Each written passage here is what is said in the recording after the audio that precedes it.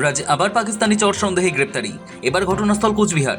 চলতি সপ্তাহেই পাকিস্তানের চর রানা রফকে গ্রেপ্তার করেছিল বেঙ্গল এসটিএফ।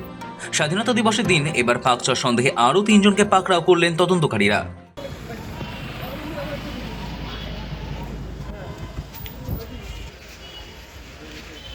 पीछा पीछा पीछा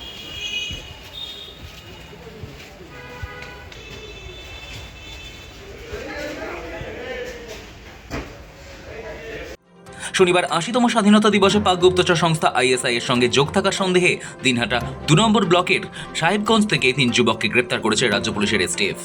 পুলিশের একটি সূত্রে খবর, গোপন সূত্রে পাওয়া তথ্যের ভিত্তিতে শুক্রবার রাতে দিনহাটা এলাকায় অভিযান চালায় এসটিএফ। দিনহাটা ২ নম্বর ব্লকের সাহেবগঞ্জ থেকে রশিদুল, নাসিরউদ্দিন এবং শফিকুল নামে 3 যুবককে গ্রেপ্তার করে তারা। ধৃতদের মধ্যে কোনো একজনের বাড়ি বিহারের কিষানগঞ্জে, বাকি 2জন স্থানীয় বাসিন্দা।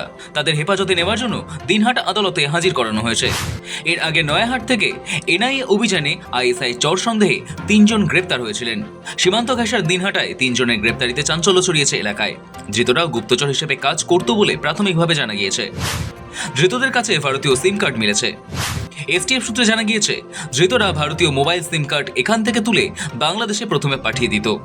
সেই দেশ থেকে ওসব সিম কার্ড পরে পাকিস্তানে চলে যেত বলে অভিযোগ। ধৃতরা জাল নোট কারবারের সঙ্গেও যুক্ত বলে অভিযোগ। শনিবার ধৃতদের আদালতে পেশ করলে 14 দিনের পুলিশি হেফাজতের নির্দেশ দেয় আদালত। ধৃতদের জেরা করে আরও তথ্য পেতে চাইছে তদন্তকারীরা। স্বাধীনতা দিবসে বাংলাকে রক্তাক্ত করার ছক, সেই বিষয়েও উস্কে যাচ্ছে।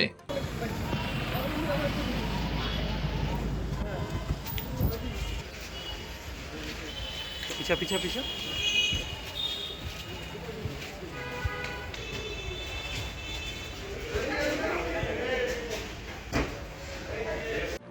গত মাসে দক্ষিণবঙ্গের পূর্ব বর্ধমান জেলা থেকে গ্রেপ্তার করা হয়েছিল জঙ্গি হামিম মণ্ডলকে। হাওড়ার পিলখানা এলাকায় বাড়ি ভাড়া করে থাকত এই যুবক।